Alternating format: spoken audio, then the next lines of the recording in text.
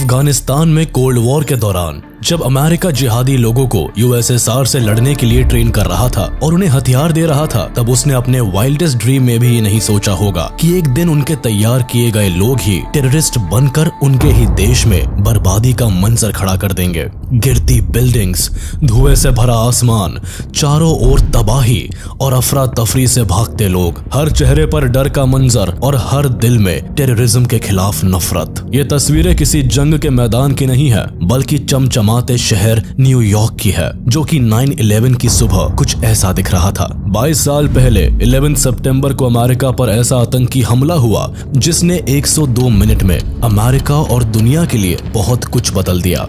3000 लोग एक झटके में खत्म हो गए, 6000 से ज्यादा घायल हो गए और यह अटैक एक ऐसा जख्म छोड़ गया जिसने अमेरिका को अंदर तक झकझोर दिया। इसके बाद दुनिया में आतंक के खिलाफ अमेरिका ने एक ऐसी जंग छेड़ दी जो सालों साल चली और इसी जंग की आड़ में अफगानिस्तान और इराक जैसे देश भी बर्बाद हो गए।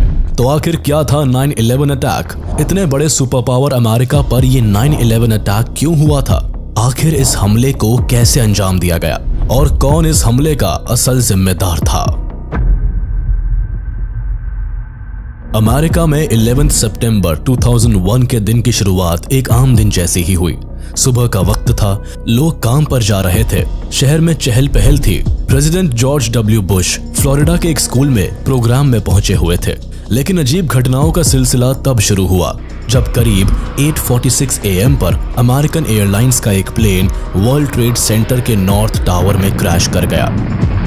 ये प्लेन अमेरिकन एयरलाइंस फ्लाइट 11 था, जिसने सुबह 8 बजे लोगन इंटरनेशनल एयरपोर्ट बॉस्टन से लॉस एंजलिस के लिए फ्लाइट भरी थी। लेकिन फ्लाइट टेक ऑफ के 15 मिनट बाद ही 5 हाईजैकर्स ने प्लेन को हाईजैक कर लिया, जो नॉर्मल पैसेंजर के भेष में प्लेन में बैठे थे। इन 5 हाईजैकर्स में से एक था मोहम्मद अट्टा, जो पायलट की तरह ट्रेन था।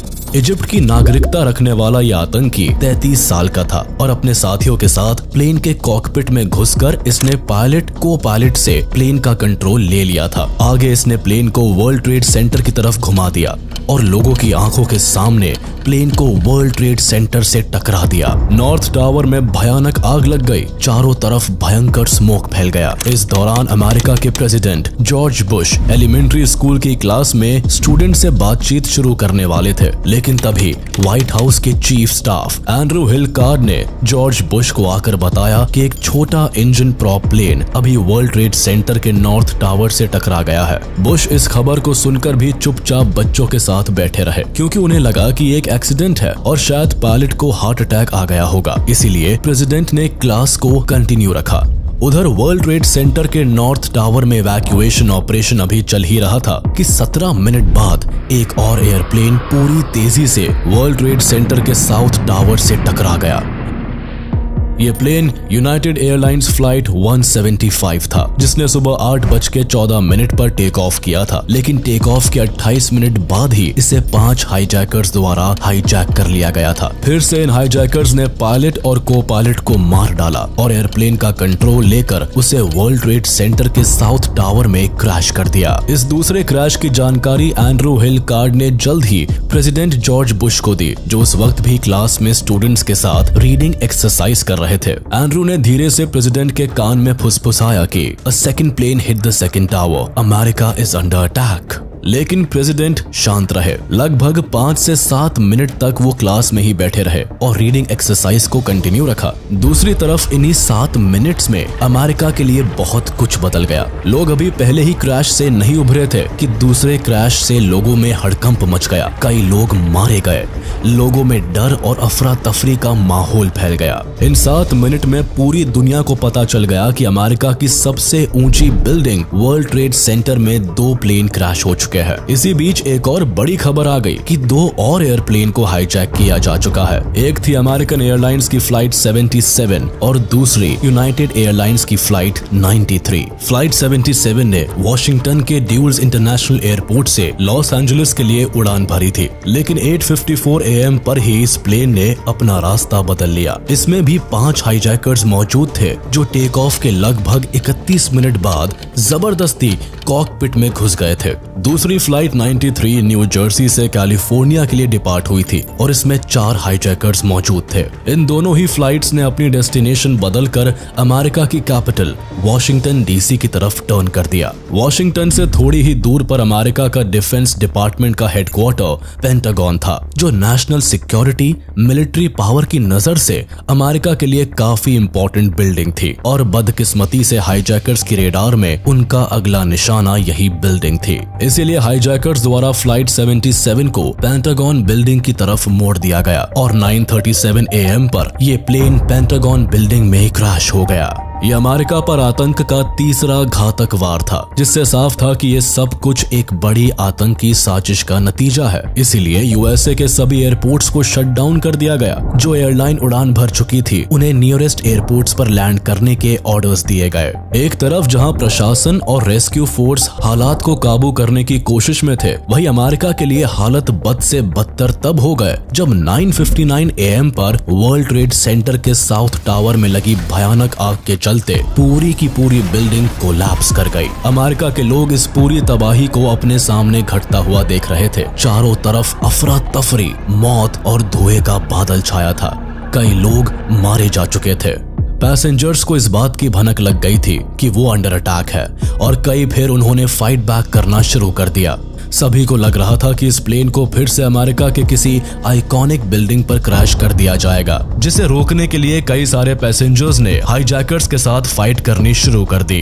FBI के अनुसार लगभग फ्लाइट 93 से 37 एयरफोन्स कॉल किए गए थे, जो कि सीट्स के पीछे लगे थे। उधर प्रशासन में बैठे लोगों के जहन में भी हाईजैक हुए 4th प्लेन का डर सताने लगा। हमलावरों का अगला निशाना कौन सी बिल्डिंग होगी, इस सवाल ने सबको परेशान कर दिया। लेकिन हाईजैकर्स अमेरिका की इंपॉर्टेंट और आइकॉनिक बिल्डिंग को निशाना बना रहे थे, इसीलिए यह अंदेशा लगाया गया कि उनका अगला टारगेट व्हाइट हाउस या फिर यूनाइटेड स्टेट्स कैपिटल हो सकता है। व्हाइट हाउस यूएस प्रेसिडेंट का रेजिडेंस था, वही United states capital US federal government की लेजिस्लेटिव सीट थी, यानी एक तरह से यूएस का पार्लियामेंट था। ऐसे में इन पर अटैक होना एक सुपर पावर की जड़ों को हिला देने जैसा था, मगर ऐसा होता नहीं है। दरअसल एयरप्लेन में बैठे यात्रियों द्वारा छेड़ी गई बगावत और हिम्मत का असर ये हुआ कि प्लेन अपने टारगेट पर पहुंचने से पहले ही पेंसिल्वेनिया के खेतों में क्रैश कर गया। प्लेन में बैठे बहादुर यात्री तो मारे गए, लेकिन एक और बड़ा हादसा टल गया और कई लोगों की जानें बच गई। फिर 10:28 AM पर वर्ल्ड ट्रेड सेंटर का नॉर्थ टावर भी आग में जलते हुए मिट्टी में मिल गया। एक बड़े धुएं के गुब्बार ने न्यूयॉर्क सिटी के आसमान को घेर लिया। अंदर फंसे ज्यादातर लोग मारे गए और 9/11 की एक खौफनाक सुबह मौत का वो दिन बन गया जब एक ही झटके में अमेरिका ने अपने लगभग 3000 लोगों को खो दिया और 6000 लोग इंजर्ड हो गए। अमेरिका की मिट्टी में यह आज तक का सबसे डेडलीस्ट आतंकी अटैक बन गया था, जो उसकी इंटेलिजेंस एजेंसी के लिए एक बड़ा फेलियर भी साबित हुआ। अपने आप को सुपर पावर कहने वाला अमेरिका भी कहीं न कहीं कट्टर इस्लामी जिहाद की लपटों से खुद को नहीं बचा पाया और ओसामा बिन लादेन अपने मंसूबों में सफल हो गया। अमेरिका में दहशत का माहौल इतना ज्यादा बन चुका था कि प्रेसिडेंट को एयर बाउंड होने पर मजबूर होना पड़ा। सभी के मन में था कि कहीं अगला निशाना व्हाइट हाउस ना बन जाए, तो इसी वजह से प्रेसिडेंट और प्रेसिडेंट ऑफिशियल्स लगभग सभी 8 घंटों के लिए फ्लाइट्स में थे। इन्हें लग रहा था कि अमेरिका में इतनी अनसर्टेनिटी हो गई थी कि हवा ही एकमात्र सुरक्षित जगह थी। 9/11 सुपर पावर अमेरिका को झकझोर देने वाली वो आतंकी घटना थी जिसके बीज कई साल पहले ही कोल्ड वॉर में बोए जा चुके थे। इस कहानी की शुरुआत 1979 से अफगानिस्तान से हुई थी, जहां अमेरिका ने यूएसएसआर को अफगानिस्तान से हटाने के लिए मुजाहिदीन फाइटर्स को सपोर्ट करना शुरू कर दिया और एक ऐसे टेररिस्ट ग्रुप को जन्म दे दिया जो अमेरिका के लिए ही सबसे बड़ा सरदर्द बनने वाला था। अफगानिस्तान का इतिहास हमेशा से ही खूनी रहा है। यहाँ के लोग अपनी स्वतंत्रता के लिए लड़ते रहे हैं। 1919 में अफगानिस्तान को ब्रिटिश की इनडायरेक्ट हुकूमत से मुक्ति मिल गई। दरअसल दूसरे एंग्लो अफगान वॉर के बाद से ब्रिटिश ने अफगानिस्तान के फॉरेन अफेयर्स पर काबू कर लिया था, लेकिन थर्ड वॉर के बाद अफगानिस्तान को ब्रिटिश से किसी भी तरह की बंदिश से पूर्ण स्वतंत्रता मिल गई थी। इस आजादी के बाद अफगानिस्तान ने एमिर अमानुल्लाह खान ने खुद को किंग साबित कर दिया। अमानुल्लाह खान बहुत ही लिबरल और प्रोग्रेसिव एमिर था। 1926 में उन्होंने अफगानिस्तान से एमिरेट को खत्म करके अफगानिस्तान में डेमोक्रेटिक मोनार्की स्टैब्लिश किया और अब ये राजा कहलाए जाने लगे। उनके समय में पहली बार औरतों को स्कूल और कॉलेज जाने की अनुमति मिली थी। ये पहली दफा हो रहा था कि अफगानिस्तान के समाज में लिबर्टी, खुलापन और स्वतंत्रता आ रही थी। लेकिन अफगानिस्तान में अमानुल्लाह खान ज्यादा दिन तक रूल नहीं कर पाए, क्योंकि अमानुल्लाह खान अफगानिस्तान को वेस्टर्न मॉडर्नाइजेशन की तरफ ले जा रहे थे, जो बात वहां के कुछ इस्लामिक ट्राइब के लोगों को बिल्कुल भी पसंद नहीं आ रही थी। खासकर औरतों का लिबरलाइजेशन वहां के लोगों को बिल्कुल नागवार हो रहा था। इसी दौरान 1928 में अमानुल्लाह खान यूरोप के टूर पर गए थे, जिसका फायदा उठाकर हबीबुल्लाह कालाकानी नाम के एक कट्टर लीडर ने रॉयल आर्मी के एब्सेंस का फायदा उठाकर कूप कर दिया और इसके साथ ही एमिर अमानुल्लाह खान को अरेस्ट करके एग्जाइल में भेज दिया गया। 1933 में जाहिर शाह अफगानिस्तान के राजा बनते हैं और अगले 40 सालों तक अफगानिस्तान के राजा बने रहते हैं। इनके 40 साल के शासन में अफगानिस्तान काफी स्टेबल रहता है और अफगानिस्तान काफी प्रोग्रेस भी करता है। 1973 में जब जहीर शाह फॉरेन ट्रिप पर गए हुए थे, तभी उनके अपने भतीजे मोहम्मद दाऊद खान ने पैरामिलिट्री और अपने कम्युनिस्ट एंड लेफ्टिस्ट दोस्तों की सपोर्ट से एक कूप किया और उनकी कुर्सी छीन ली।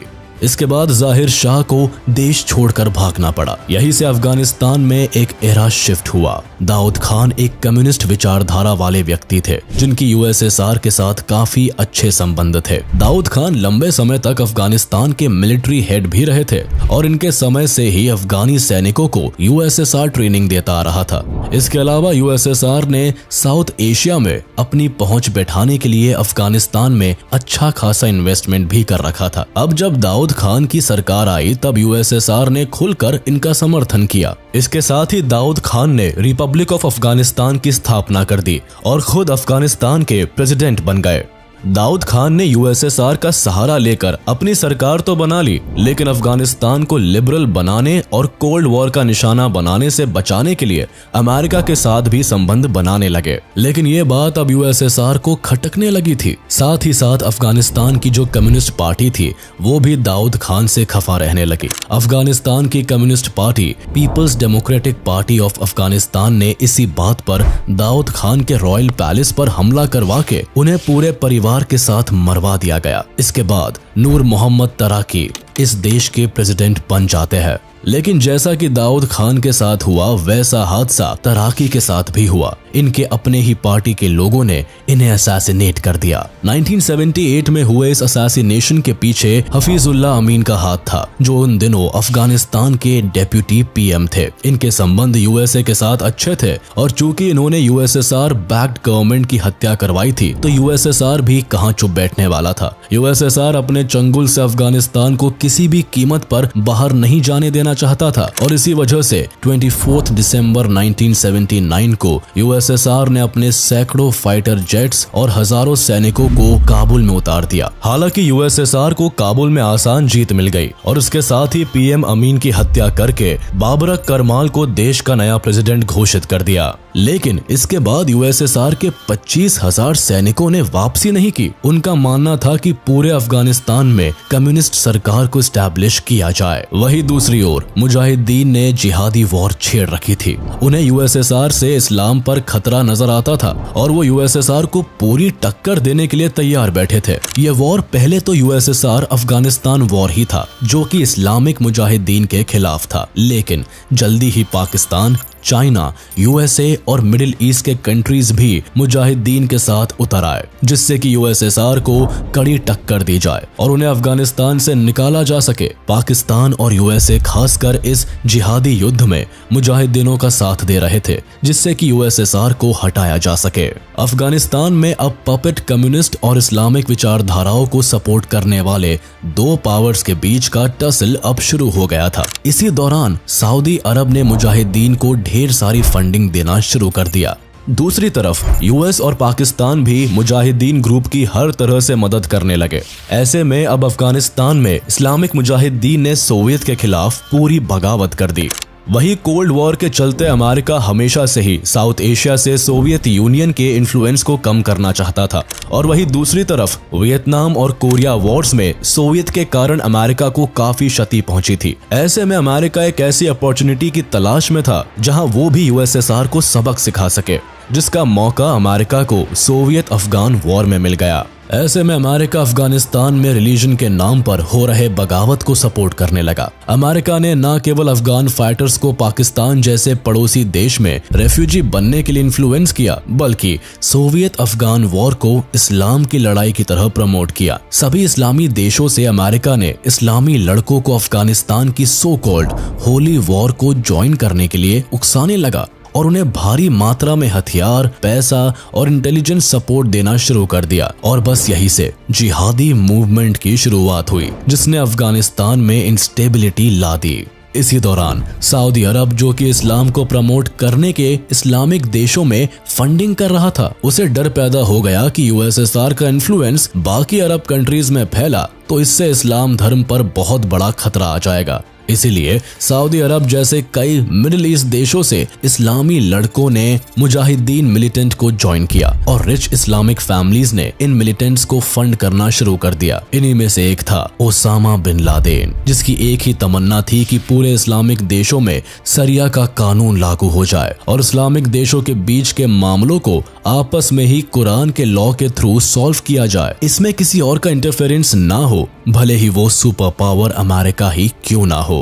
बहरहाल अफगानिस्तान की इस लड़ाई में यूएसएसआर ने फाइनली 15 मई 1988 को ऑफिशियली विड्रॉ कर लिया। लेकिन तब तक अमेरिका भी अफगानिस्तान के साथ अच्छे संबंध में नहीं रह गया था और जो मुजाहिदीन अब तक अमेरिका के सपोर्ट में यूएसएसआर के खिलाफ लड़ रहे थे, अब वही मुजाहिदीन अमेरिका के खिलाफ लड़ने लगे। ओसामा बिन लादेन का मानना था कि यूएसए को गल्फ वॉर्स में इंटरफेयर करने की जरूरत नहीं थी और ईरान पर यूएसए के हमले के बाद लादेन की यूएसए के प्रति नफरत और भी बढ़ गई। 2002 में पब्लिश्ड लेटर टू अमेरिका में लादेन ने कहा था कि इजराइल के एक्सपेंशन में सपोर्ट करना गुनाह है और अमेरिका इस गुनाह में सबसे आगे है और यही वजह है कि लादेन या अल-कायदा अमेरिका को इसकी सजा जरूर देगा।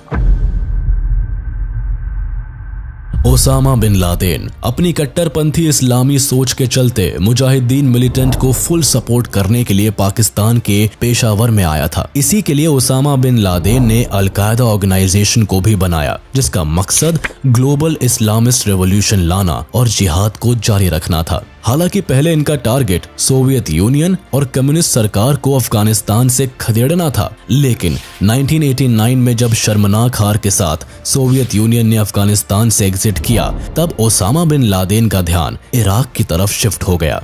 1991 में अमेरिका ने जब इराक पर हमला किया तो ओसामा बिन लादेन ने इसे इस्लाम धर्म पर एक चोट की तरह लिया। ऐसा इसलिए भी हुआ क्योंकि बिन लादेन को अमेरिका का मुस्लिम देशों में बढ़ता प्रेजेंस एंड इन्फ्लुएंस पसंद नहीं आ रहा था। खास तौर पर वह कुवैत, इराक और सोमालिया जैसे मुस्लिम देशों में अमेरिकन इंपीरियलिज्म और अमेरिकन इंटरवेंशन को बढ़ता देख रहा था। ऊपर से अमेरिका का इजराइल को सपोर्ट करना भी उसकी नजर में इस्लाम के प्रति हेट्रेड का सबूत था। ऐसे में Osama bin Laden anti America हो गए। पहले तक जो लादेन अमेरिका के साथ मिलकर सोवियत यूनियन के खिलाफ लड़ रहा था, अब उसने यूएस के खिलाफ ही अपना रुख कर लिया। अब तक कट्टर इस्लामिस्ट ग्रुप तालिबान ने अफगानिस्तान में अपनी सरकार बना ली थी, इसीलिए ओसामा बिन लादेन अफगानिस्तान आ गया और इसी देश को अल-कायदा का बेस बनाकर उसने 1996 में अमेरिका के खिलाफ सऊदी अरेबिया में अपने आर्मी को हटाने के लिए फतवा जारी किया। अमेरिका गल्फ वॉर से ही सऊदी अरेबिया में अपने मिलिट्री बेसिस को ऑपरेट कर रहे थे। ऐसा ही फतवा बिन लादेन ने अमेरिका के खिलाफ 1998 में भी जारी किया और इसी के तहत अमेरिका से बदला लेने के लिए 7 अगस्त 1998 में बिन लादेन ने ईस्ट अफ्रीका में मौजूद यूएस एम्बेसी पर भी बम गिरवाया, जिसमें 200 से ज्यादा लोग मारे गए। इस दौरान नायरोबी, केन्या और दार एस सलाम, तंजानिया में बम गिराए गए थे।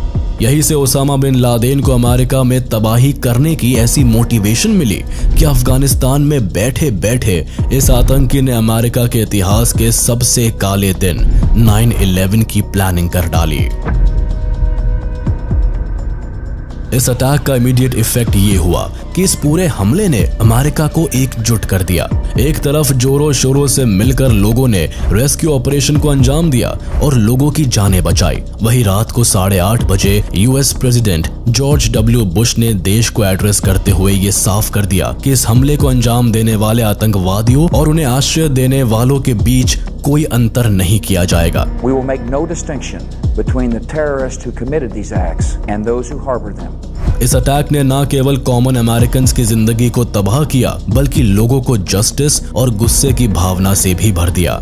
जल्द ही American president George W Bush ने घोषित कर दिया कि ये काम आतंकवादी ओसामा बिन लादेन और आतंकी संगठन अल-कायदा का है, जो अफगानिस्तान में अल-कायदा ऑर्गेनाइजेशन को चला रहा है। इसके बाद अमेरिकन प्रेसिडेंट ने तालिबान से ओसामा बिन लादेन को अमेरिका को हैंडओवर करने के लिए कहा, लेकिन तब तालिबान ने अमेरिका के इस ऑफर को रिजेक्ट कर दिया और अमेरिका से सबूत की फरमाइश की गई। तो यूएसए ने आतंकवाद के खिलाफ जंग छेड़ दी, जिसके समर्थन में नेटो कंट्रीज ने भी अमेरिका का साथ दिया। इस जंग को वॉर ऑन टेरर का नाम दिया गया, जिसकी शुरुआत अफगानिस्तान से की गई। 7 अक्टूबर 2001 को अमेरिका अपने नेटो एलाइज के साथ मिलकर अफगानिस्तान में घुस गया और ओसामा बिन लादेन को पकड़ने के लिए तालिबान के खिलाफ जंग छेड़ दी। अफगानिस्तान में अमेरिका ने न केवल अल-कायदा के ठिकानों को निशाना बनाया बल्कि तालिबान को भी पीछे खदेड़ दिया।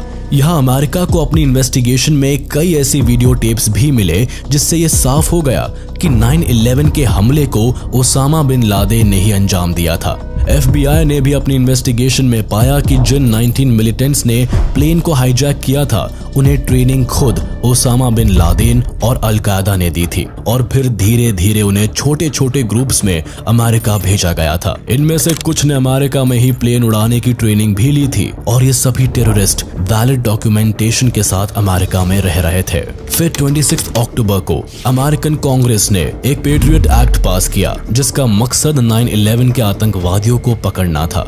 यह एक्ट सरकार को भरपूर पावर देता था कि वह किसी पर भी टेररिज्म सस्पिशन होने पर उस पर स्पाई कर सकता है। इस लॉ को अमेरिका में टेररिज्म को रोकने के लिए फुल सपोर्ट से पास किया गया। उधर अफगानिस्तान में ओसामा बिन लादेन को ढूंढने और अल-कायदा के नेटवर्क को बर्बाद करने के लिए अमेरिका ने पानी की तरह पैसा बहाया, साथ ही एक बड़ी आर्मी और बेस्ट मिलिट्री को भी यूज किया। हालांकि अमेरिका की ताकत के सामने अल-कायदा को अंडरग्राउंड होना पड़ा और अमेरिका के मिलिट्री ने कई आतंकवादियों को मार गिराया, लेकिन फिर भी कई सालों तक ओसामा बिन लादेन अमेरिका की पहुंच से बाहर ही रहा। इस बीच अल-कायदा और कई आतंकवादियों से लिंक की संभावना पर अमेरिका ने अपने मिलिट्री ऑपरेशन को इराक में भी शुरू कर दिया और वहां भी कई सालों तक जंग को जारी रखा।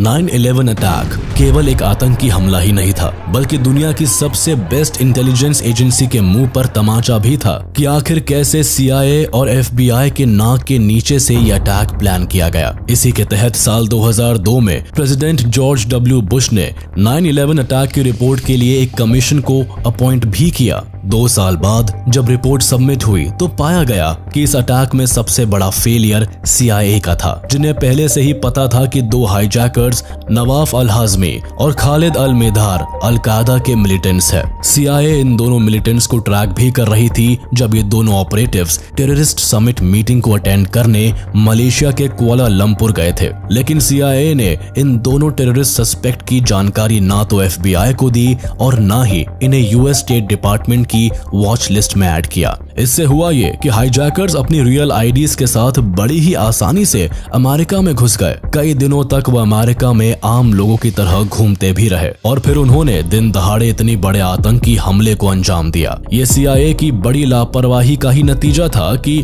जिसकी कीमत 3000 अमेरिकन को चुकानी पड़ी थी। 9/11 के असली गुनहगार को पकड़ने के लिए अमेरिका ने अफगानिस्तान में 10 साल तक जंग लड़ी और खरबों का पैसा लगाने के बाद साल 2011 में उसे ओसामा बिन लादेन को पकड़ने में कामयाबी हासिल हुई। 2 मई 2011 को US की नेवी सील्स टीम ने पाकिस्तान के अबोटाबाद में ओसामा बिन लादेन को लोकेट किया और एक ऑपरेशन के तहत उसे मार गिराया। I can report to the American people and to the world. The United States has conducted an operation that killed Osama bin Laden, the leader of Al-Qaeda. इतने बड़े आतंकवादी की मौत टेररिज्म के खिलाफ अमेरिका की एक बड़ी जीत तो बन गई, लेकिन 9/11 का कॉमन अमेरिकन सिटीजन्स पर जो असर हुआ वो लॉन्ग लास्टिंग रहा। ओसामा बिन लादेन का यूएसए में 9/11 करवाने का मेन कारण अमेरिका का मिडिल ईस्ट में बढ़ता इंटरफेरेंस और इन्फ्लुएंस था। इसके अलावा लादेन मुस्लिम्स पर हो रहे अत्याचार के लिए टेररिज्म का सहारा ले रहा था। लेकिन 9/11 के बाद ये दोनों चीजें और भी ज्यादा देखने को मिली। यूएसए ने न केवल अफगानिस्तान को इन्वेड किया बल्कि इराक में भी मिलिट्री ऑपरेशंस कंडक्ट करवाए। इसके अलावा वेस्टर्न कंट्रीज खासकर अमेरिका में इस्लामोफोबिया का राइज हुआ। मिडिल ईस्ट के टेररिस्ट के किए धरे का खामियाजा मुस्लिम सिटीजन्स और साउथ एशियंस को भुगतना पड़ा, जिनके खिलाफ अमेरिका में क्राइम्स और डिस्क्रिमिनेशन तेजी से बढ़ने लगा। अमेरिका में रह रहे मुस्लिम्स के साथ न केवल भेदभाव हुआ बल्कि कई जगह पर इन पर कार्रवाई भी हो गई। यहाँ तक कि अमेरिका में रह रहे इंडियन सिख को भी कई बार मुस्लिम समझकर मारा जाने लगा। अमेरिकन पब्लिक में बढ़ते डर ने मुस्लिम्स के खिलाफ ऐसे एक्सट्रीमिज्म को जन्म दिया जिसकी वजह से कई जगह पर मुस्लिम्स को जेल में डालकर मारा पीटा गया और एक लार्ज स्केल पर ह्यूमन राइट्स वायलेशन बढ़ता चला गया। इससे हुआ ये कि फ्रस्ट्रेटेड और भेदभाव से गुस्से में आकर और भी ज्यादा लोग आतंक का रास्ता अपनाने लगे। हालांकि अमेरिका ने ओसामा बिन लादेन को मारकर 9/11 का बदला तो ले लिया, लेकिन इसकी कीमत अफगानिस्तान और इराक को चुकानी पड़ी, जहां कई मासूम लोगों ने जान गंवाई। देश की राजनीतिक और आर्थिक अर्थव्यवस्था और भी अस्थिर हो गई और अफगानिस्तान केवल एक जंग का मैदान बनकर रह गया जिस पर आज तालिबानियों का राज है। इसी के साथ हम आपसे विदा लेते हैं। उम्मीद है आपको ये वीडियो जरूर पसंद आया होगा। आप इस वीडियो को अपने दोस्तों के साथ शेयर करना बिल्कुल भी ना भूले। साथ ही चैनल को सब्सक्राइब जरूर कर दें।